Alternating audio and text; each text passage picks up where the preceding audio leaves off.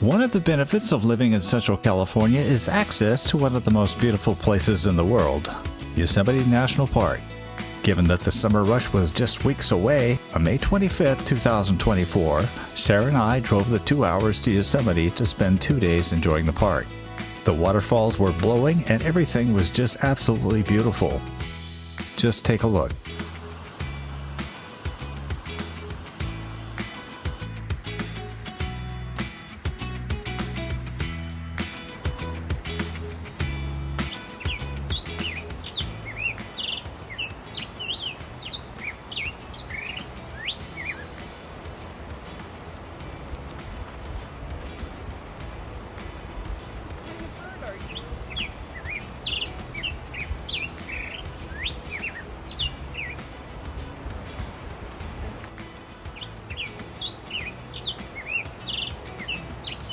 While at Yosemite Lodge, I spotted a daring climber, which was just a speck from where we were, walking a tightrope from the granite wall to the Lost Arrow Spire. We watched as he lost his balance over and over repeatedly, but thankfully he was tethered. This is how it looks from up there, without any tethers. No thanks, I get sick to my stomach watching this.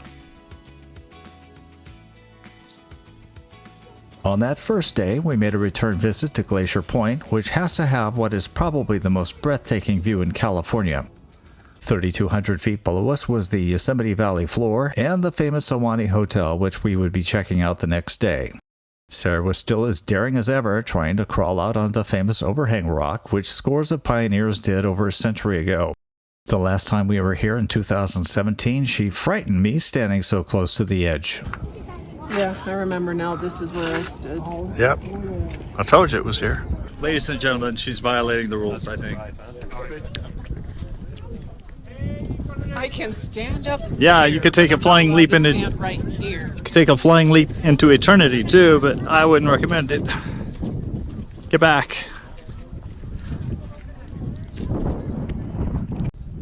Why is it? It makes you nervous? Yes, very. Why? Get over this way. You big chicken.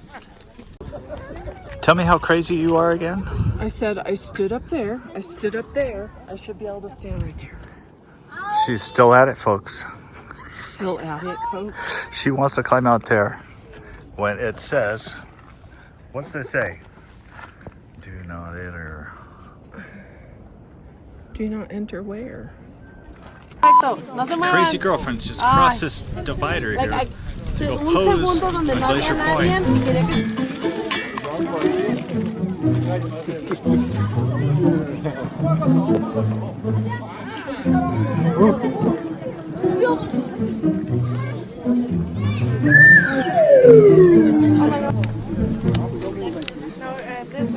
You like being a rebel? Scared you, huh? What? Scared you, huh? Scared me? Yeah. It's just very cool. Henceforth, do not enter. I want to stand over there. No.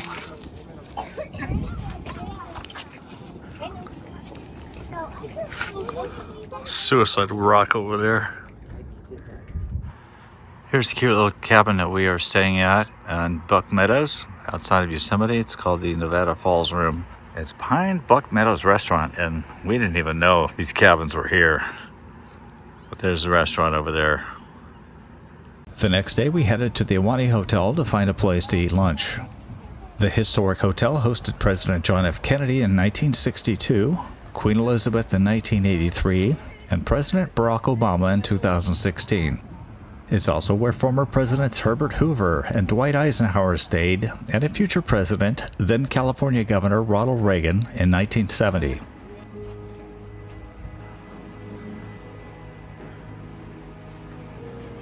The Ahwahnee Hotel was the idea of Stephen T. Mather, the first director of the National Park Service, who wanted a way to increase support and funding for the National Park Service.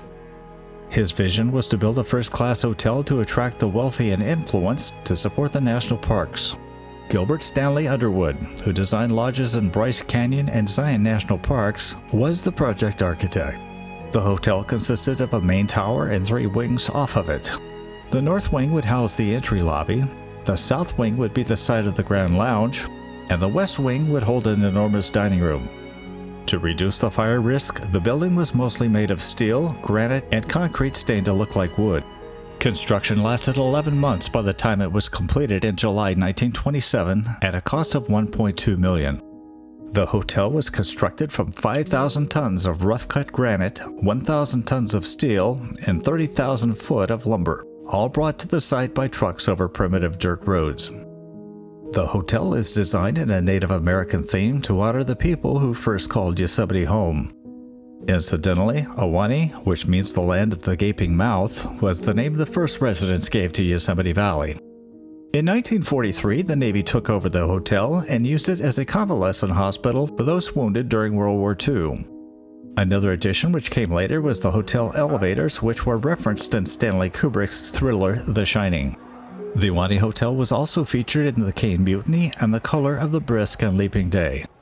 The Great Lounge is one of the main public spaces in the hotel and spans the full width of the wing and nearly its full length. There are 2 large fireplaces on either end of the room made from cut sandstone.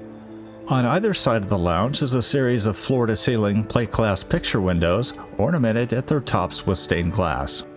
Besides the presidents previously mentioned, other celebrities who've stayed at the Ahwahnee Hotel include Charlie Chaplin, Judy Garland, Lucille Ball and Desi Arnaz, Will Rogers, Brad Pitt, Mel Gibson, Charlton Heston, Kim Novak, Douglas Fairbanks Jr., and Boris Karloff seen here enjoying dinner in the dining hall. Walt Disney and his wife Lillian stayed in 1935. Steve Jobs and his wife Laureen Powell honeymooned at the hotel in 1991, as did Ashton Kutcher and Mila Kunis in 2015. In 1935, poet and novelist Gertrude Stein visited the park and also stayed in the Ahwahnee. This is Stein posing in front of the cross-section of a giant tree that is still on display at the Yosemite Museum building.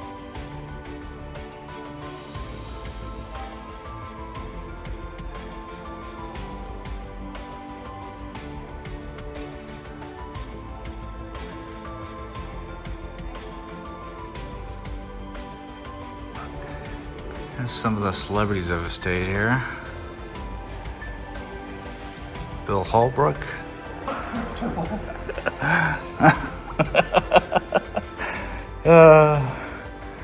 This is how rich people live in the Ahwahnee Hotel. Queen Elizabeth stayed here. John Kennedy stayed here. Herbert Hoover stayed here. Dwight Eisenhower stayed here. There's the view of Half Dome. A tree's blocking it, but nonetheless a beautiful view. And look, you can tell this is made out of concrete.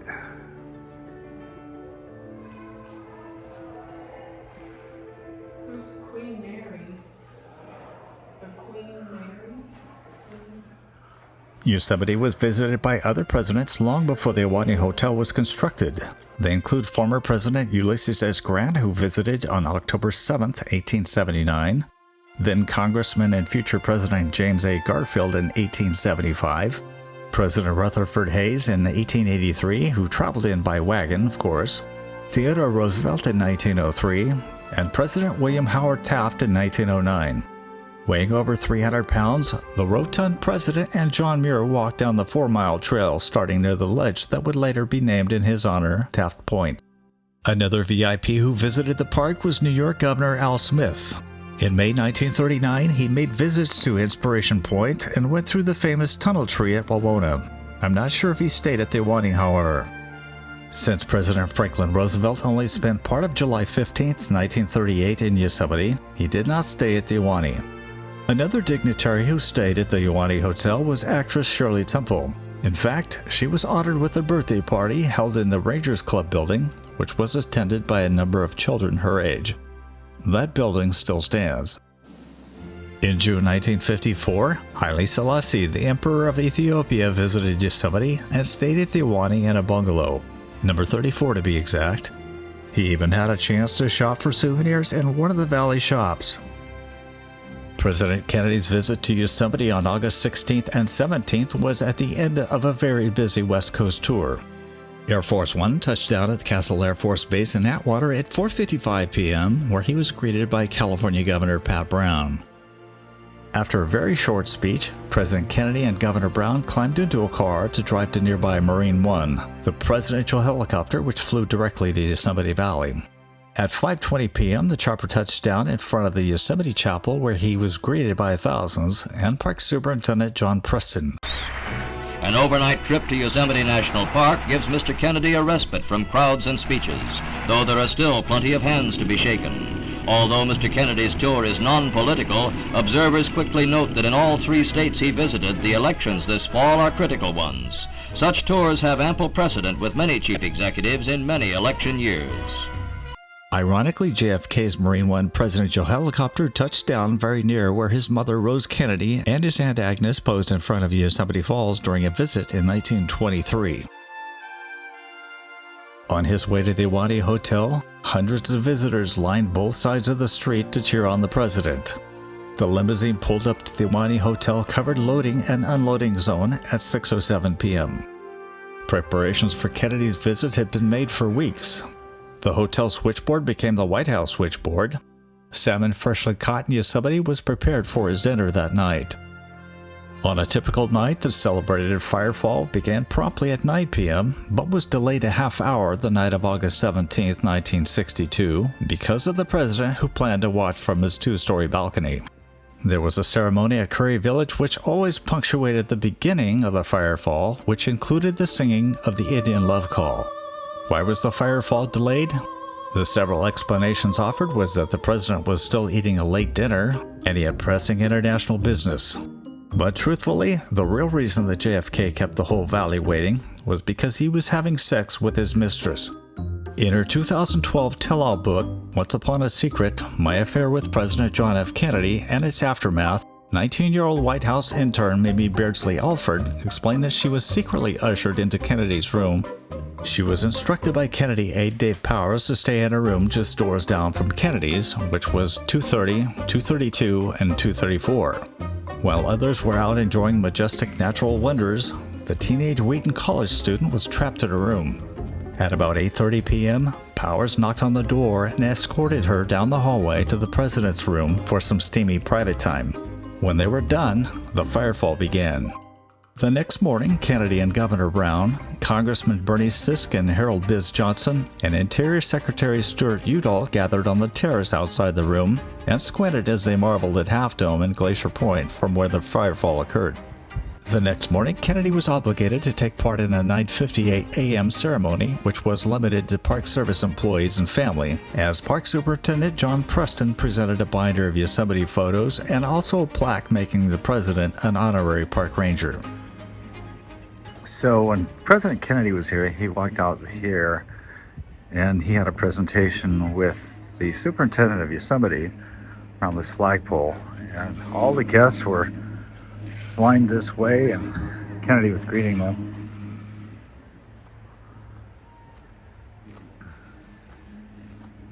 Sarah got snagged for picture taking responsibilities. This is the same flagpole that President Kennedy had his presentation with.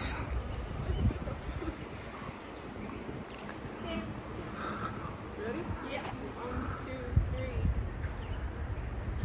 Thank you. Thank you. Thank you. Whose phone did I get? Okay, August, I think 16th, 17th, 1962, President Kennedy was doing a flagpole presentation over here, and we have a picture where he's actually talking to the crowd here and greeting. We think we've got it nailed where this picture was taken right here.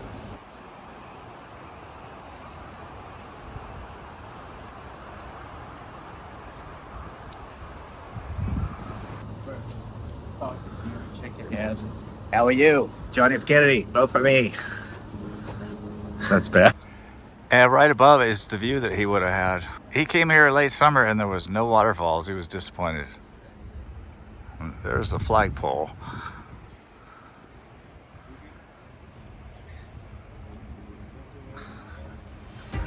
At 10:07 a.m., the president motored with Brown and Udall to Inspiration Point in front of the Wawona Tunnel. Governor Brown urged Kennedy to come back to climb Half Dome, but the president answered, "No, I'll let Udall do it." John F. Kennedy would never again return to Yosemite National Park. Exactly 461 days after his visit, he would be killed on a Dallas street.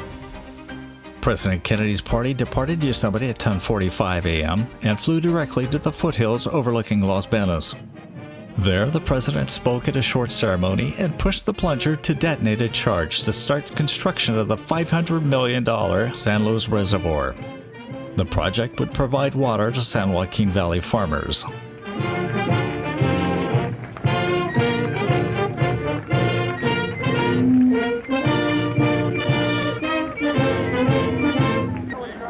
It is a pleasure for me to come out here and help blow up this valley and the cause of progress.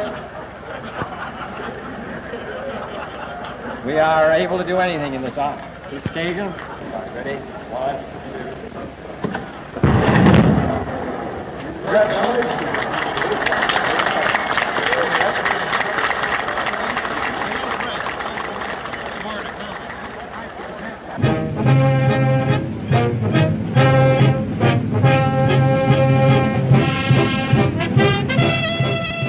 The party then headed back to Castle Air Force Base for the short flight to the Fresno airport, where Kennedy spoke again, and he ended the day in Los Angeles. The Ansel Adams Gallery in Yosemite Village is a great place to check out the incredible works made by the famous photographer who died in 1984. But I think I was more intrigued by a display of Ansel Adams' cameras, such as the Brownie here, and his hat.